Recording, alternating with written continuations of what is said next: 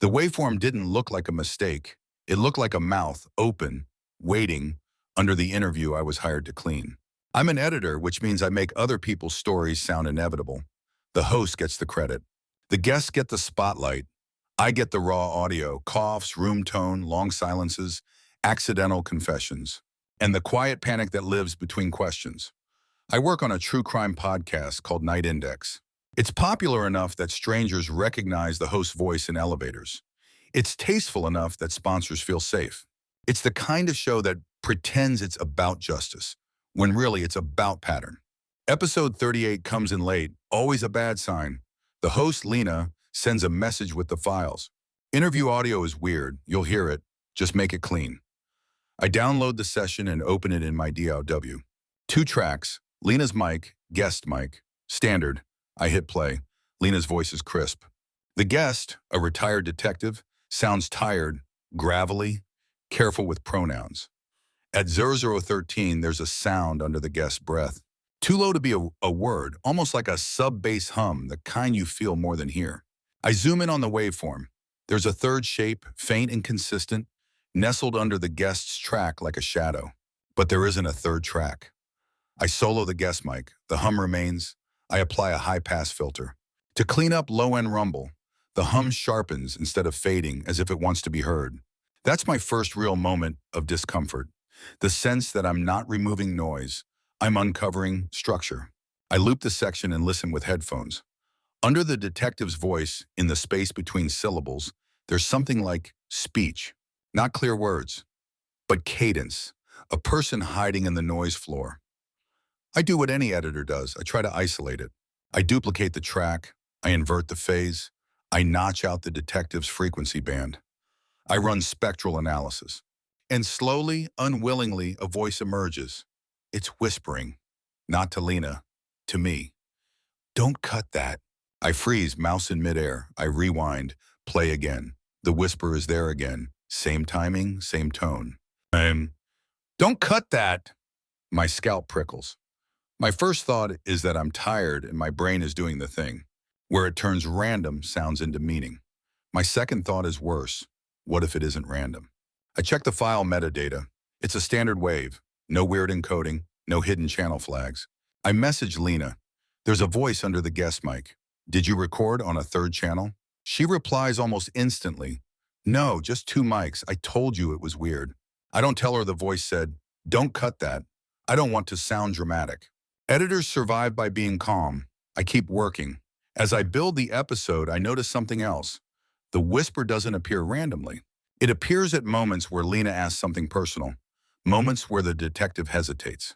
Moments where truth is about to leak out. At 12:44, the detective says, we never found the knife. Underneath, the whisper says, clearer now, because you kept it. The detective stops speaking mid-breath on the recording. Like the air just left him. He says, sorry, can we pause? Lena, in the clean top layer, says, of course. But the whisper continues, steady as a metronome. You're not the first one to edit this. My hands go cold. I pause the audio and take off my headphones like they burned me. My apartment is quiet. My computer fan hums. The city outside my window is normal. I put the headphones back on. I don't know why. Curiosity is a stupid kind of bravery. I play from 12:30 again. The whisper is still there. You're not the first one to edit this. I scrub forward.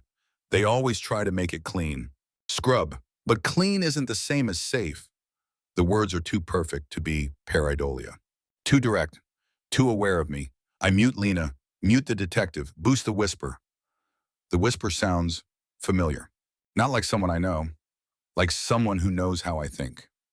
I pull up older sessions to compare room tone. I listen to other episodes. I search for that sub-bass signature. It's not there. It's only on episode 38, only on the late file, only on the case Lena said was sensitive. I message Lena again. I think the raw audio is contaminated. Did you use a new recorder? She doesn't respond. At 2:17 my email pings. New message from our sponsor rep, someone I've never spoken to directly. Subject, new creative direction. Body, we love the hidden layer, keep it in. I stare at the screen until my eyes ache. Hidden layer. They know. Either they're playing a joke so elaborate it's cruel, Or they've heard the whisper too. I reply, what hidden layer? No response. I go back to the audio. At 18:03, Lena asks, did you ever suspect the family? The detective's voice is cautious. You can't say things like that on a podcast. Underneath, the whisper says warmly, you can say anything if it's edited. I swallow. My throat feels tight. I try to cut around it. I slice the section out and replace it with earlier room tone. When I press play, the whisper is still there. But now it's under the room tone too, like it moved. Nice try, it says. I feel a sudden, sharp anger. No, I say out loud to my empty apartment. It doesn't work like that. The whisper answers immediately. It does now. I stand up so fast my chair tips back. My heart is pounding in my ears. I close the project without saving. I open it again. The timeline is different. The cuts I made are still there, but they're cleaner, more elegant, like a better version of my work. And the whisper is louder, almost proud. You're improving, it says. I stare at my timeline like it's a stranger wearing my clothes. I open the project history. The autosave list shows entries I didn't create, timestamps in the minutes where I was standing in my kitchen, hands shaking. Autosave 224.m, autosave 226.m, autosave 227.m, each one labeled with a user tag. Not my name, not Lena's, just index. My mouth goes dry. Night Index, the show title. The brand, the thing that always mattered more than any of us. I pull up the master folder. There's a new file inside, EP38 final.wave. I didn't export it. I double click.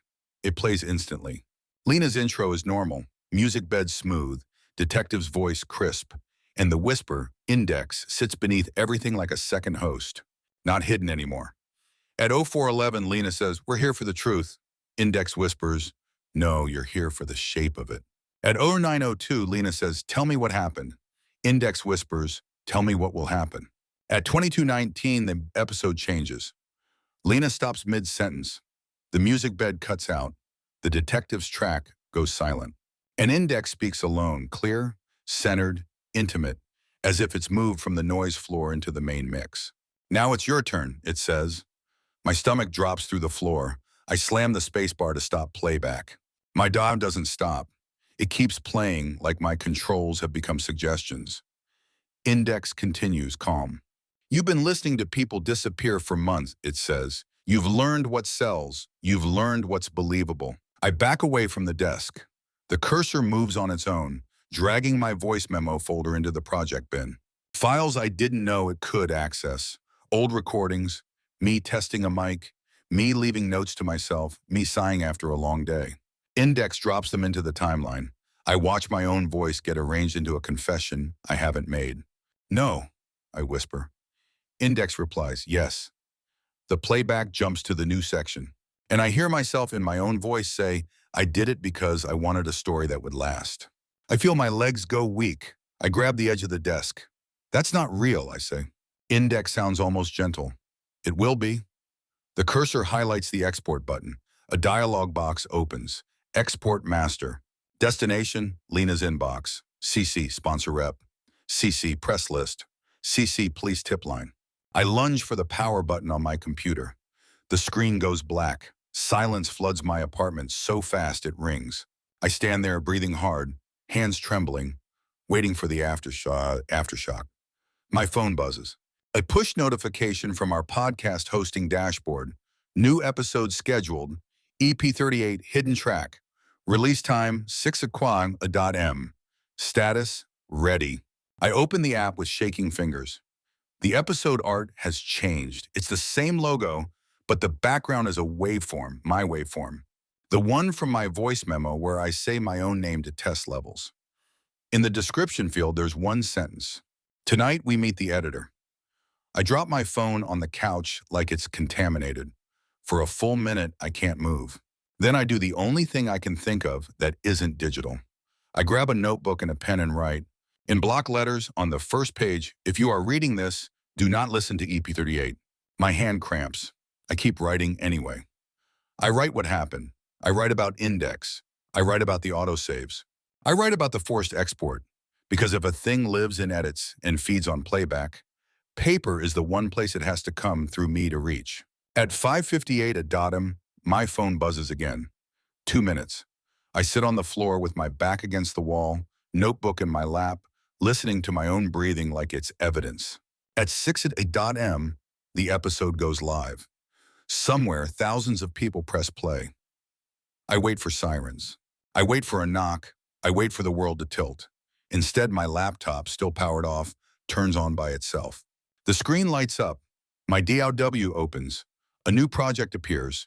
Title, EP39. And beneath it, in small text like a helpful suggestion. Cold open. The editor didn't believe in haunted audio until he heard himself confess. The cursor blinks at the start of the timeline, waiting for me to add the first cut. Index whispers from my speakers, soft as breath, make it clean.